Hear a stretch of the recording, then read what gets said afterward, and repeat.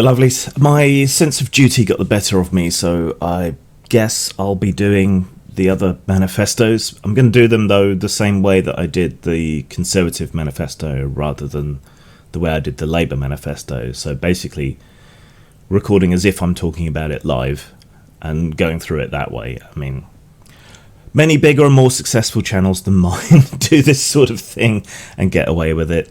And so why shouldn't I? And it's just easier. I think I might use this as the way to do game book reviews in the future, because if I've got the PDFs or can find the PDFs for things that I own anyway, it's just easier to go through in a lot of ways. Better for you. Right, the Liberal Democrat one. So I should probably declare my biases here. I live in a seat where the only people that have ever even remotely challenged the Conservatives, even in council elections, are the Liberal Democrats. So as a result, more to do with me being anti-Tory than pro-Liberal Democrat. I have done leafleting and things for them in the past, but they got a bit pushy and a bit demanding, so I stopped doing that. Last election, the result was such that even if all the other parties banded together and combined their total vote, they wouldn't unseat the Conservatives. So basically, where I live is a prime example of why British democracy doesn't work. if you like, because my views, my vote has never counted, even when I was campaigning for the Liberal Democrats. And even then, I wasn't really. I was campaigning against the Tories. So that kind of sits you where I am. I liked Kennedy. I liked Clegg. I met Paddy Ashdown, solid bloke. I liked Vince Cable. Don't much like Jo Swinson. Not a sexism thing. I think she's moved the party too far to the right in order to hoover up those disaffected One Nation Tories. I've got a lot of time for some of them. Many of them seem to be people of principle who actually understand how our democracy works, as opposed to the further right of the Conservative Party. But even so, I think the Liberal Democrats should be a party of social liberalism, and they should fall somewhere between the Tories and Labour when it comes to financial policy, which they kind of do here, but they do swallow that kind of intersectional woke Kool-Aid even more than the modern Labour Party has. So I worry about that aspect, because that's more authoritarian rather than liberal, and I think it blinds them to the class issues that more directly steer the Labour Party. Not that I'm particularly a Labour guy either. All I can really say is I'm really not a Conservative. I do not support them in any way. But yeah, Liberal Democrats, they tried to bring us electoral reform and failed, and it cost them. So I have a lot of sympathy for them and the situation that they find themselves in, and all the heavy criticism they get from Corbynites who keep trying to paint them as Tories. They're not. They gambled everything on giving us electoral reform to a fairer electoral system, albeit not proportional representation, which is what most of us wanted. But yeah, they spent all their political capital under Cameron's government trying to get us that, and they blunted a lot of the worst excesses of the Cameron government, and yet they get blamed for it all. It's unfair. Blame the Tories. The Liberal Democrats did everything they could to make things better in this country while they were in power with them, and blaming them and calling them Tories and so on isn't helpful. We should be allying against the Conservatives. But as usual, the centre and the left is split, and the right isn't. Ever the way. I think we need to learn to set aside our differences and to stop getting involved in all these purity tests and things on the left and the centre. There you go. So currently, I mean, they're saying they won't ally with any other party, though their willingness to work with the Tories on votes is being misrepresented as them being Tories. What they're actually saying is that, provided we can get a second referendum, we would support Brexit votes. But it would be contingent upon a second referendum. And they're also saying, well, we won't go into government with Labour, but we will vote with them if certain things go certain ways. So both sides are misrepresenting them as being willing to get in bed with the other.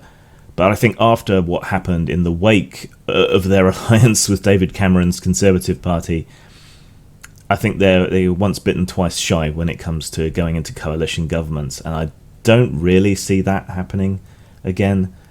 So it's just a lot of scaremongering and attacks, and I really don't understand why Labour can't get on board with the Liberal Democrats and other smaller minority parties and just not stand so as to keep the Conservatives out, because this all or nothing approach is just going to lead to a Conservative majority, which nobody wants except the Conservatives.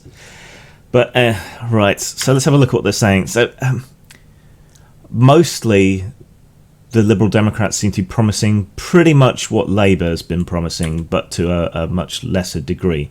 Now, the keynote policy, the standout policy, is stop Brexit. They have a clear, absolute, strong position on Brexit, the clearest and the strongest outside of perhaps the Brexit Party. They want to stop it outright. Full stop. We will end it. That's their policy. Of course, they're not going to get into government, so that's not going to happen. But it is at least clear and unambiguous, and it's the sane, sensible position. The damage has become apparent. The illegality has become apparent. Our democracy has been usurped and perverted. So, at the very least, a second referendum is the way to go. And stopping Brexit, given it was only an advisory referendum and it was so corrupt, is perfectly justifiable and not anti-democratic in any way, shape or form. So, yeah, I agree with them when it comes to Brexit. But what's more likely to happen is either a Labour minority government propped up by the Lib Dems to some extent on some of their policies, or a minority Conservative government propped up by the Lib Dems in some degree on some policies, but only if the Conservatives are willing to give us a second referendum or whatever. Or we may end up with a Conservative majority, and then it really depends how many rebels there are in it, how narrow that margin is. And a lot of that depends on all these new young voters who've registered and how much tactical voting goes on. I read something yesterday that said tactical voting is as much as 30% of the vote, and tactical voting this time around is kind of throwing the polls off. Polls typically have an error margin of 3 to 5%. The Labour did better than they were polling last time. So there's a lot of uncertainty around this set of elections, especially given the minor party alliances and so on. So it's all too close to call, basically. Let's see. Like I said, Swinson, she's probably the least likeable of the current political leaders, and that's saying a great deal. Green Party's Caroline Lucas is co-leader because she's their parliamentary representative, but the actual leader of the party is someone else. I can't remember her name for the life of me right now, which is embarrassing because I follow her on Twitter. But she's really likeable in a kind of art teachery sort of way. Corbyn has this whole magic grandpa shtick. While I personally find Bojo repugnant and nasty, I can see how his bumbling oaf persona appeals to people. And the kind of brisk efficiency of the SNP leadership, whether it's parliamentary or Scottish Parliament or whatever, yeah, there's a certain gruff charm to them as well. But Swinson comes across as desperate and, dare I say it, bossy, and just it's instantly off-putting in a way that the leaders of the other parties aren't. We can skip the foreword, we can skip the introduction. Yeah, these youth voters that are coming in, not so long ago, before the coalition, a lot of the youth vote went to the Liberal Democrats because they were really strongly in favour of higher education and so on. This time around, especially after they reneged on their promises not to raise tuition fees previously, I don't think they can count on the youth vote quite so much, even though the youth vote is very stridently and overwhelmingly anti-Brexit. I don't think the Lib Dems are going to get as much of that as they would want. I think there's much more impetus in the youth vote for Labour than there is for the Liberal Democrats. But we shall see. Stopping Brexit, that's their keynote policy, and they're absolutely right. Any form of Brexit is going to be disastrous, is going to be harmful in the extreme, and they're right in that they say that the only way to absolutely guarantee stopping Brexit is a Liberal Democrat government, but it's not going to be one. Even if they are somewhat, or even quite a lot, resurgent, which I think they will be, I think they'll gain seats, they're never going to be in government as a government just by themselves. It's a shame because the UK did used to be more of a three-party system going back to the beginning of the 20th century, but the Liberals in their various guises just haven't managed to regain that impetus. And it's a shame because in many ways they're a kind of natural centre ground, which should be appealing to both the softer Conservative side and the softer Labour side, but yeah.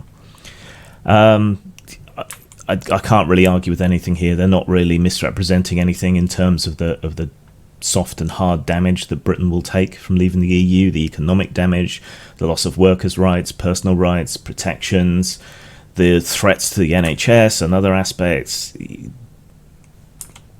Yeah, I can't argue with any of this. There's a couple of other sub-points I remember from reading this before. They want to give EU citizens full rights to participate in civic life in the UK, including the ability to stand for office and to vote in UK referenda, European elections and general elections, as well as local elections. Some countries do already offer this. I think Ireland does. It wouldn't be a huge issue, and these are people who marry into and who participate in British society, and yet have been disenfranchised from it. And also Brits living abroad were disenfranchised from some of the more recent votes, including the referendum. That's not right either. So they want to bring in electoral reform, which is good. They bring up the Electoral Commission's 2014 guidelines and recommendations, which puts the onus on local government to tell people what they have to do to register, because that can differ from local government authority to local government authority. And they want an automatic system of inclusion in elections. And I think they talk about some more electoral reform as well, which has always been a thing for the smaller parties. I think Labour flirted with the idea of electoral reform prior to 97. Then they got a landslide under the current system, and all talk of proportional representation weirdly disappeared. Oh, how could that happen? That's one of my major beefs with the Blair government, along with the war, is they were promising electoral reform, never got around to it. The Lib Dem plan for a stronger economy is pretty much the same as everyone else's. The Tories, it's pure rhetoric. There's not really any money or anything to back it up. Labour strongly talks about nationalisation and investing a whole bunch of money in the social fabric. The Lib Dems fall, somewhere in the middle. They want to kind of guide and supplement the private economy to encourage research and development and change, and to encourage innovative creators in whatever fields to stay in the UK and develop here and contribute to the UK economy, which strikes me as being more the right kind of balance, I think. From the Labour side, I guess, they want to invest a bunch of money in infrastructure, so upgrade our transport and energy systems, which will help our carbon footprint. And our roads are going to shit, basically, so we need investment there. With austerity, that was one of the first things that got left behind, and heading into a second winter here with very little road maintenance having been done in the last year, it's really showing in terms of potholes and so on. They want to develop more climate-friendly infrastructure, so that means green energy and so on.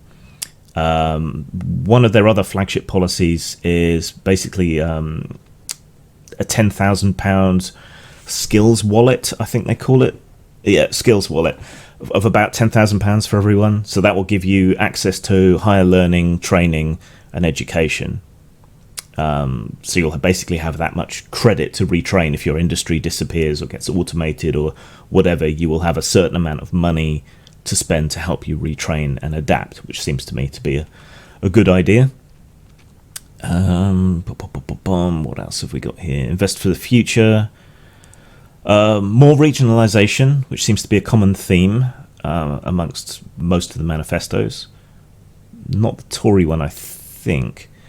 They want to rebalance the regions. This is a problem I raised talking in both the Conservative and Labour manifestos, in that basically London and the South East always gets the lion's share of any money and redevelopment and so on, and the industries and things that used to keep the other regions going have either become obsolete or have been shut down. So, coal, steel, manufacturing, all of these kind of things have kind of disappeared, and there's only been a kind of piecemeal effort to redevelop these arenas. The big thing that the regions have gotten into has been a service economy, like call centres, things like that. So we can compete somewhat competitively globally on that basis, and certainly internally. But Brexit is going to hammer the service sector, which now makes up something like a third of the UK economy, I think. It's something like that. It's a really big chunk, a lot more than fishing. So those areas are going to be hit hardest by whatever happens, and continue to be hit quite hard. So some sort of investment in the regions is desperately needed. And I'm saying this as someone who lives in the southeast and who benefits from everything that's gone on. I just see it as unfair, and I think that needs to change. So yeah, they basically really want to redevelop the regions in a similar way to Labour, not with quite as much money, not as in quite the same way. It's much more about encouraging private businesses to pick up the slack, or to give them access to development funds or less taxation, that sort of thing. I'm not so keen on that. I think everyone should pay their fair share, but I do welcome the encouragement of businesses to invest in other areas. Most of that's just kind of fiddling around. Investment in public transport rather than renationalisation, it sounds like. They want to convert the entire rail network to very low emission technology, so electric or hydrogen driven trains by 2035. Want to finish High Speed 2, Crossrail 2 and other big strategic rail issues. The problem we've got with rail is the private ownership. I do think nationalisation is necessary in the rail, and the Lib Dems aren't offering that. So quite how they're going to get everyone to shift over on that, I'm not sure, because there's all these piecemeal private companies. And the other problem we've got with rail is price. Because they're run by private companies, they're run to gouge you. The prices for rail here are criminal compared to mainland Europe, where oddly enough, they have a lot of nationalised rail services. This is also in part to do with something that happened under the previous Labour government, which is, I don't have as big of an issue with it, but it's interesting. So, right, you had the Labour government, and they would ramp up fuel duty, right? The idea being that then less people would drive, there'd be less environmental impact, and people would shift over onto public transport.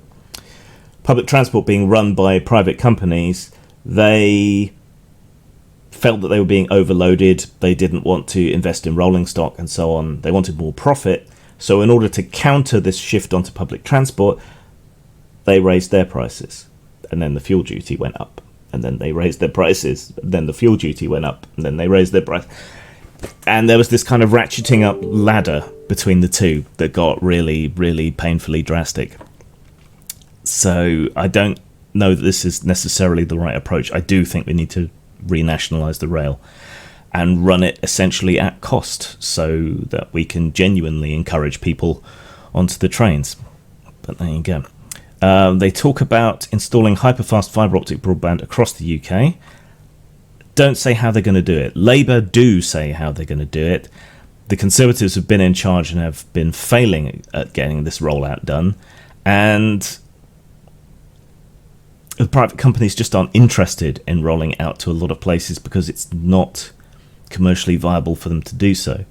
They don't say how they're going to do this. How are they going to do it? Is it going to be grants? Are they going to pay the private companies to roll the fiber out to these areas? Are they going to create a nationalized industry to roll it out just to those areas? What's the plan here? It's not really costed or set out. They want to build more housing, but they don't talk about repealing right to buy, which Labour do. So you can build all the homes you want, but it will only be a very temporary solution, unfortunately. Investment in schools and hospitals, that's fine, but we need more. Labour, again, they talk about building more. They don't necessarily spell out exactly where the money for that is coming from. The Tories say they're going to build more, but it's flim-flam like the 50,000 nurses. A green investment bank. Again, that's a kind of middling approach, but I think the situation is so dire that we need to actually just directly spend government money on green projects and take control of them. Otherwise, it's not going to get done. Innovation-led economy. I'm all for this. This is something Britain is traditionally very good at. Innovative ideas, sort of new science. Biotech, we've been good at. Internet, robotics, cybernetics, programming. But we always flub it when it comes to fully developing this or fully reaping the benefits from it. Yeah, British inventors have created a whole bunch of technology that really defines the modern world in many ways, whether it's Tim Berners-Lee and the internet, or Logie Baird, or whoever else. British inventors have really led the way in a lot of ways. But we always flub it when it comes to developing it and commercializing it. Once people have invented something cool, they tend to decamp somewhere else. So we do need to encourage research and development, but we also need to find a way to transition that from independent research and the university system into a commercially usable and viable thing, and encourage those people to stay in the UK and to develop these international world-changing technologies in a way that benefits the country as a whole, in the same way that the inventors and so on have benefited from our social infrastructure and our educational infrastructure. So yeah, this is all well and good, but it's a bit light on detail, other than the retraining in skills. One good thing I did note, they want to reform building standards so that all new homes have connectivity ready for fibre optic, are designed so that they can use smart technologies and so that they're greener, which is all good things, and that's a good way of making this happen. Because while it might push up the prices of housing a bit, the economy of scale will then bring down the prices of green technology and smart technology, and make it easier to convert and change existing housing to meet those standards. So that's good.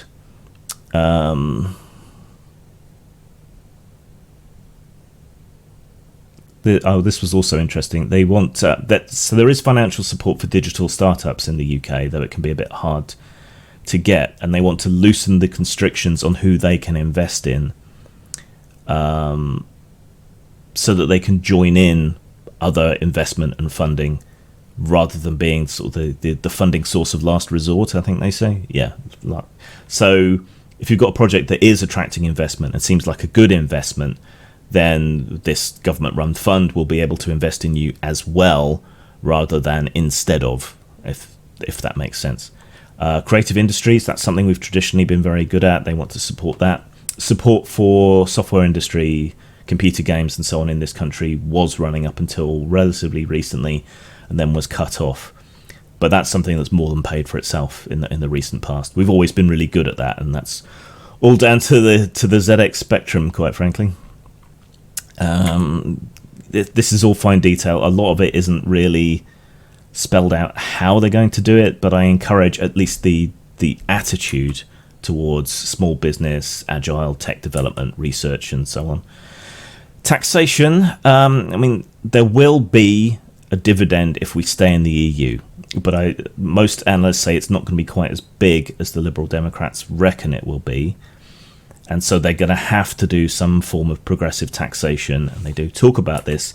It's just not as intense or as punitive to the corporations and to the ultra-rich as Labour's is. I prefer Labour's tax plan, but I prefer it was spent in the way in which the Liberal Democrats are talking about mostly, other than a few bits of nationalisation. So I guess I fall somewhere between the Liberal Democrats and Labour on a pragmatic basis. Here's the quick headlines, really. They want to restore corporation tax to 20%, so that's 3% extra corporation tax. They want to tax income from capital more fairly compared to income from work. They want to simplify business taxation. Yes, please.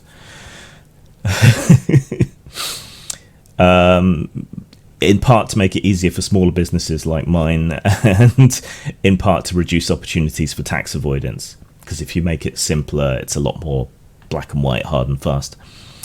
Reduce business rates. So business rates is for commercial sites. Now a lot of the parties have talked about regenerating the high street. And I've said what you need to do is make it cheaper and easier to have a store on the high street, and all these other regeneration plans aren't going to work. Liberal Democrats doing the right thing there. Tough action against corporate tax evasion and avoidance. General anti-avoidance rule, setting a target for revenue and customs to reduce the tax gap and investing in more staff to enable them to meet it, provided they're going after the big egregious tax avoiders. That's good. If they start going after small people, not so good. And if they've got targets, I reckon they might go after softer targets. So, yeah. They want to reform the rules to stop multinationals shifting profits out of the UK. Fantastic. Agree with that. Digital sales tax improvements to make sure that the tech giants pay their fair share. All good. And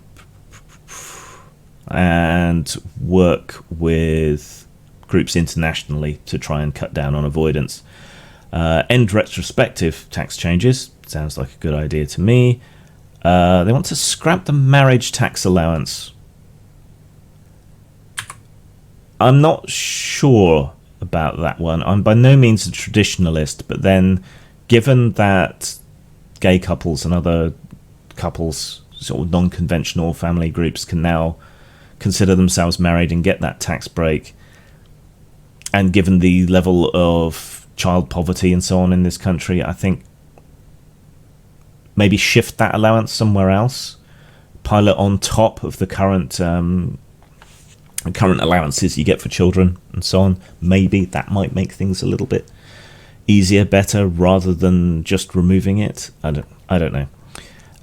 They talk about secure jobs with proper rights and fair pay, but also acknowledge that changes in technology and the nature of employment, it's just shifted massively. And this is where Labour trades in nostalgia, harking back to the 70s in a way that's desperately unhelpful, and a way in which the Tories just kind of blame the workers.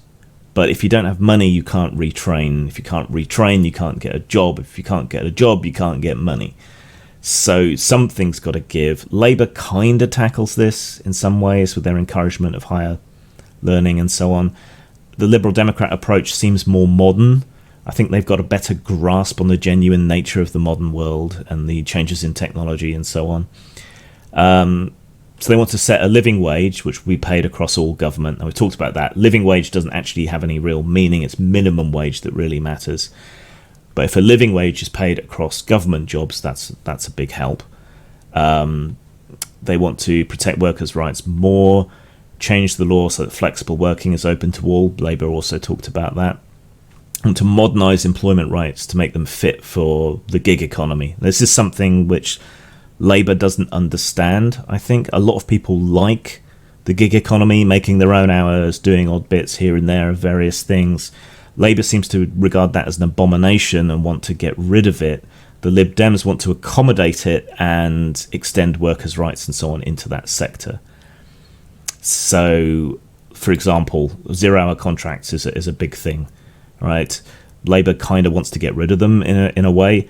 Liberal Democrats talk about creating a new employment status of dependent contractor, which which is somewhere between full employment and self-employment, which would entitle you to more rights, but leave you some of that flexibility and so on. So you'd have minimum earnings requirements, sick pay, holiday entitlement, and things which you currently don't necessarily have under 0-hour contracts. I think that's a good innovative approach. I think the rest of this is all about kind of reviews and things. They want to raise the minimum wage above the minimum wage if you're on 0-hour contracts. So in this new status, so if the minimum wage was £10, right, you'd be entitled to £12 per hour under this, just for ease of maths. It's all good. I think they understand the modern world better than the other parties. Not that that's saying much, but the ideas that they have around the gig economy and the new technology and the automation and the retraining and all the rest of it's a lot better. We've already kind of covered that here. They are for spending more, and they are for spending more than the Tories. The Tories essentially want to restore spending kind of to how it was to 2008, but without taking into account inflation and so on. So it will seem like things are getting better under the Tories, but they won't. They'll actually be even less than standing still. They'll just be better than they are now. Labour goes too far the other way, I think. Haven't properly thought about how it's going to be funded and the effect of that funding. Lib Dems cut down the middle. Still a tad conservative for me, but yeah. What does responsible finances mean at the level of government? It's not like the analogies that parties like to make to household incomes and things. It doesn't work the same way, and austerity doesn't work. Weirdly, spending works in that instance. Promoting well-being, what's that about? I don't remember reading that one. Quality of life, so more of a balance, more of a work-life balance. Following some of the models in New Zealand and so on. See, I like this. They're willing to look to other countries with positive outcomes to find ways of doing things. So that would be good. Better mental health, I'm all for that. Community services. Better employment security, things like that. Yeah, all good. Education, well, we talked about most of that. I think all the parties have talked about increasing childcare. The Conservative plan is basically the same as they have now, with a pittance added on top. Labour again goes all in on this. The Lib Dems have always been pretty good on education. And they want to provide childcare from 9 months onwards until kids go to school, which is good. Reverse cuts to school funding, employ an extra 20,000 teachers, clear the backlog of repairs to school and college buildings. This is all good. These are all things that have suffered under austerity. But how do you get those people to join teaching? People have fled teaching because of pay problems, and you can just get better work with the same qualifications elsewhere. And then there's also a hostile environment when you do apply for jobs in education, which put me off pursuing that as a career. Yeah, these are problems. They want to back off on the testing, the huge amount of sort of tests and watching over and so on. That's a very conservative thing, and it hasn't been good for schools. And we know from studies in Finland and elsewhere that investing really tight in on education in the early years has a massive knock-on effect later on. So yeah, they're pretty good on education. Don't really need to go into a lot of this.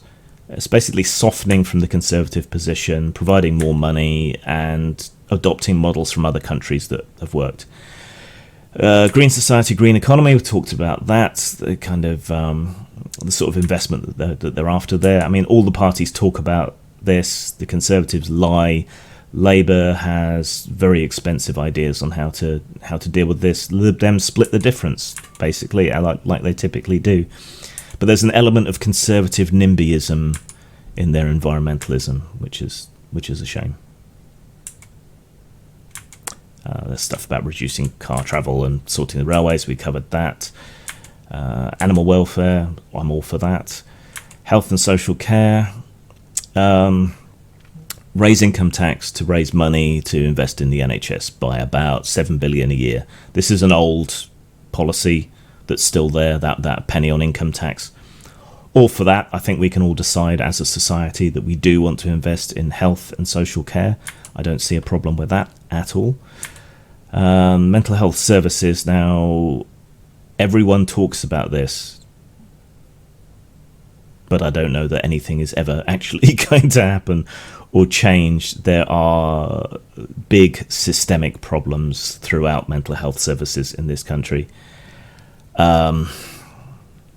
Obviously, this is personally important to me. So some of that NHS funding will go into mental health and will have to go into mental health. They want to set a maximum waiting time, prioritizing children, eating disorders, severe and enduring conditions. So like mine, I've been ill for 10 years now. Well, no, 12 years now, coming up on 13 next. Coming up on 13 next year. And make sure that people with a diagnosed problem receive care, because only about a third of people currently do. This is all good. I don't know that some fraction of 7 billion is going to be enough to make this kind of change, considering how many people have problems. They want to broaden the range of mental health care. Now, I am absolutely 100% for that. Currently, pretty much all you can get is CBT, which isn't cock and ball torture. It's cognitive behavioural therapy. Doesn't work for me. Doesn't work for a lot of people. And talk therapy isn't necessarily the best thing, in particular when it comes to men and mental health. So if we have access to a broader range of potential treatments, rather than this one-size-fits-all approach, I think that will have a massive impact on mental health. So I welcome seeing that there. They talk about equal access for old people, black and minority ethnic, LGBT plus, people with autism and learning disabilities. That's all well and good, but does that mean other people are going to be deprioritized?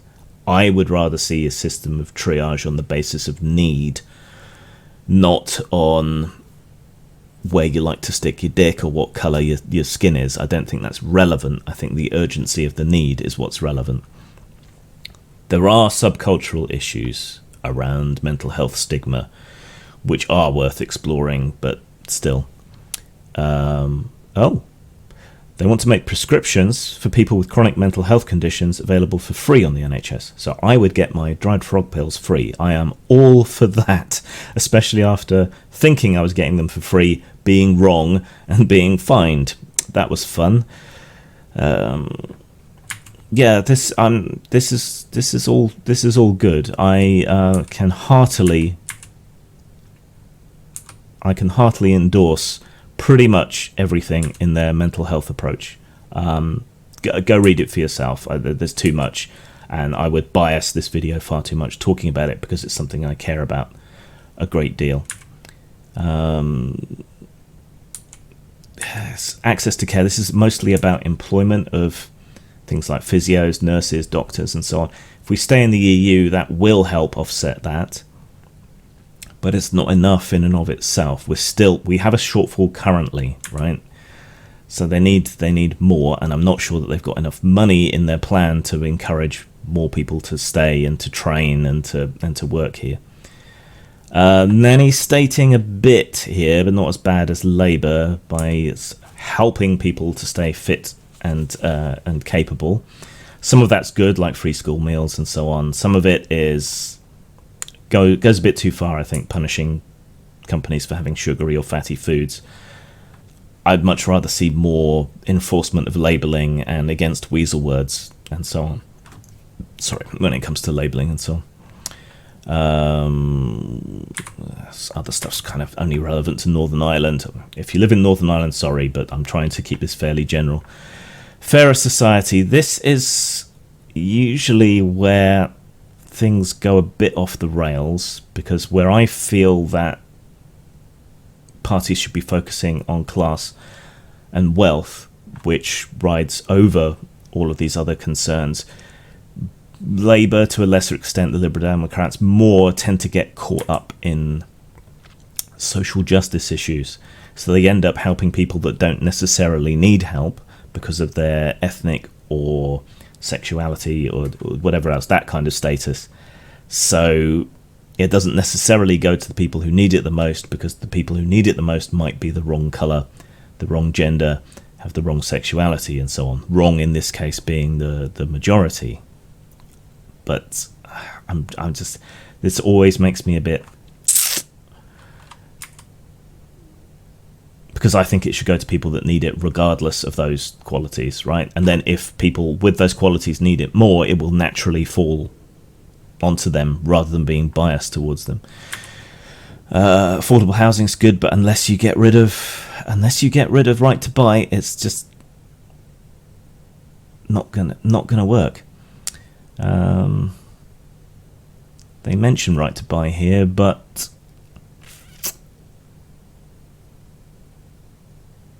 build homes, okay, that's a spend of money, but if you don't ban right to buy, their solution is to devolve the right to buy ruling to local councils. So local councils can choose to extend the right to buy in their area or not.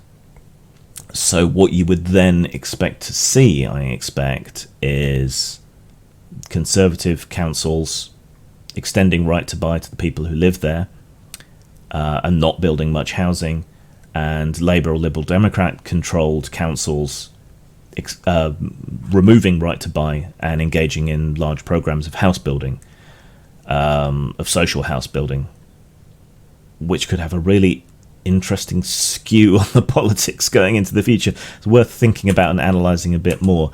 It's okay. I would rather see it just banned. Otherwise, you're going to end up with that kind of divide being set down in hard concrete terms, if you'll pardon the pun, in terms of housing. What else have we got? A fund to help first-time buyers and renters. End rough sleeping. Lots of people say that. It's mostly words. The damage to rural and coastal communities, particularly coastal communities, over the last few decades has been enormous. People go abroad on holiday, so coastal communities have really suffered. And fishing is a tiny fraction of the UK economy and can't compensate for that. Even if we throw all of our weight behind our fishing communities, it's not going to make up the difference, and we have to think about people elsewhere. But they want to regenerate rural and coastal communities with funding and law changes and so on. That should work. Same way they want to regenerate the regions. We don't tend to think of the coast as a region, but in a lot of ways it is. And I live rurally, so I welcome seeing things like investing in bus services, making sure, sort of subsidising less profitable routes, rolling out broadband, though again they don't really say how they're going to do that. Grants to aid community-led projects is what they talk about. I'm not sure that'll do it. Mobile phone infrastructure, that's another thing that's not really rolled out that well to rural areas. A fund to help with erosion and so on the coast. It's an aspect of climate change. Reform planning to ensure that developers are required to provide essential local infrastructure. Something that relates locally. We've had a lot of house building here, but for a very long time we've had problems with the sewerage and drainage, and all these additional houses are putting additional strain on the sewerage and drainage systems here without them being upgraded, though they have been fixed. If we get too many more houses built here, I think it's going to take us back to the situation we were just a couple of years ago, with big trucks having to pump everything out all the time.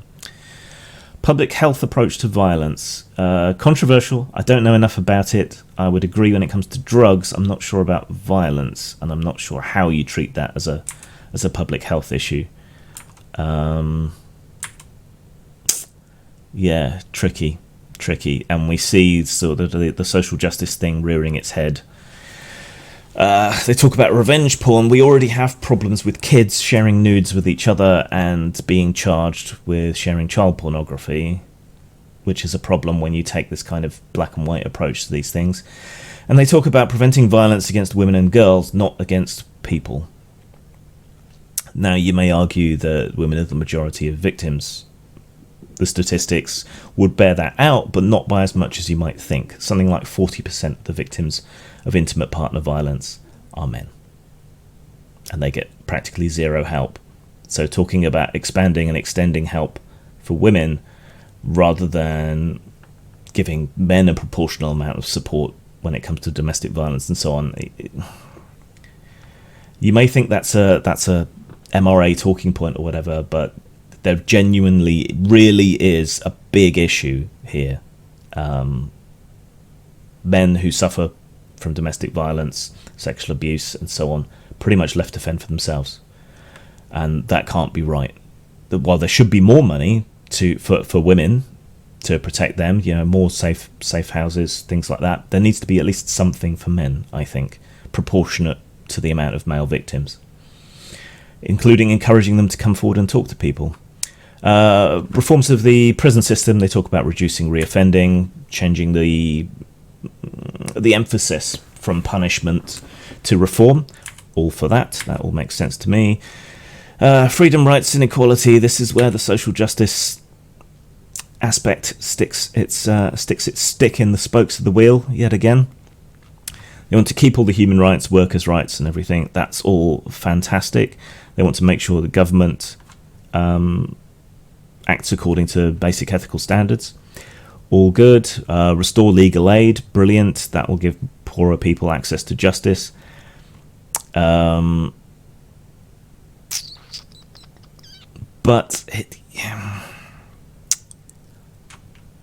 it's the same thing. A lot of these problems are class and wealth, and it's usually the Americans that get this wrong and think it's to do with race or gender. But both the Liberal Democrats and Labour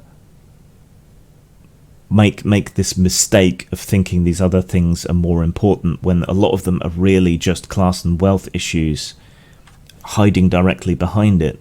So I've been over that.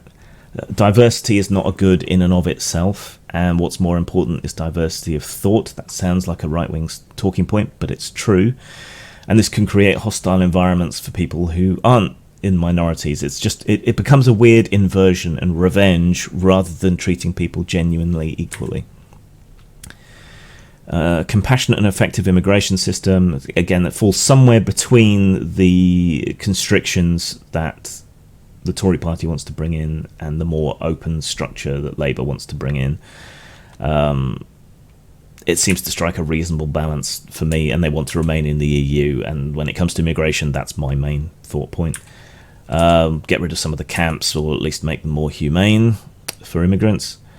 Better politics. Fair voting system. I'm absolutely 100% behind that. Extend the franchise to 16, like Labour. Absolutely agree. And to EU citizens and anyone else who's settled in the UK. Again, that's like the Labour plan. I'm all for that. I'm hoping that, if nothing else, the shit show that has been Brexit will create an appetite for constitutional and political reform in this country. Now, the Tories are talking about it, but they're talking about reform because they want to end parliamentary sovereignty and to create a more authoritarian system of government, which I'm not for. So while I think we need change, it needs to be the right kind of change. So they talk about bringing in a written constitution, which would be our opportunity to enshrine free speech and free expression in British law. So I'm all for that. They want to extend power to the regions. Again, that's that sort of devolution of power is something that seems to be pretty popular and in the air, and I agree with that. A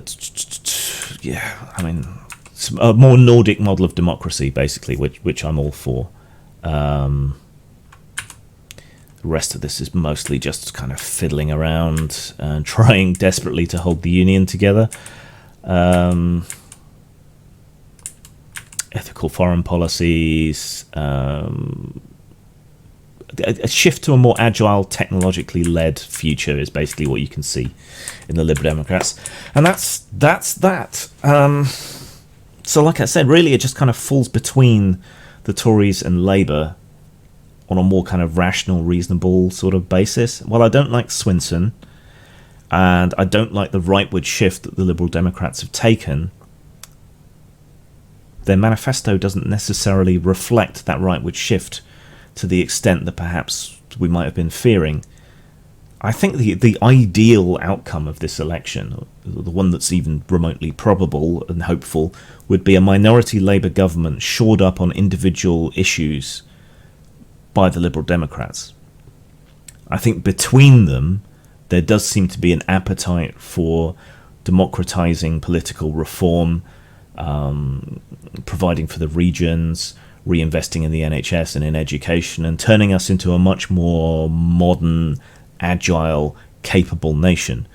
It's really just a matter of extent. And Labour wants to shift us back to the 1970s, and in terms of social fabric, I think that's a good thing, but I don't think it meets the demands of the modern world. The Liberal Democrats have a much more technologically based set of ideals here, and it's a lot more practical. So whatever my personal animosity towards Swinson and the rightward slant and so on, the manifesto is actually pretty good. And I tend to be a ruthless pragmatist for all my ideologies, and I would say that this is a pragmatic, forward-thinking, agile set of policies. I don't agree with all of it, of course, obviously, but I think they strike the right balance and the right tone and have the right approach to technology in the future. But I'm still saying vote tactically, not Tory, regardless. Zang! Postmortem Studios is my personal imprint, where I create role-playing games, stories, card games, board games, and more. You can get them at RPG Now, DriveThruRPG, Lulu.com, and some on Amazon.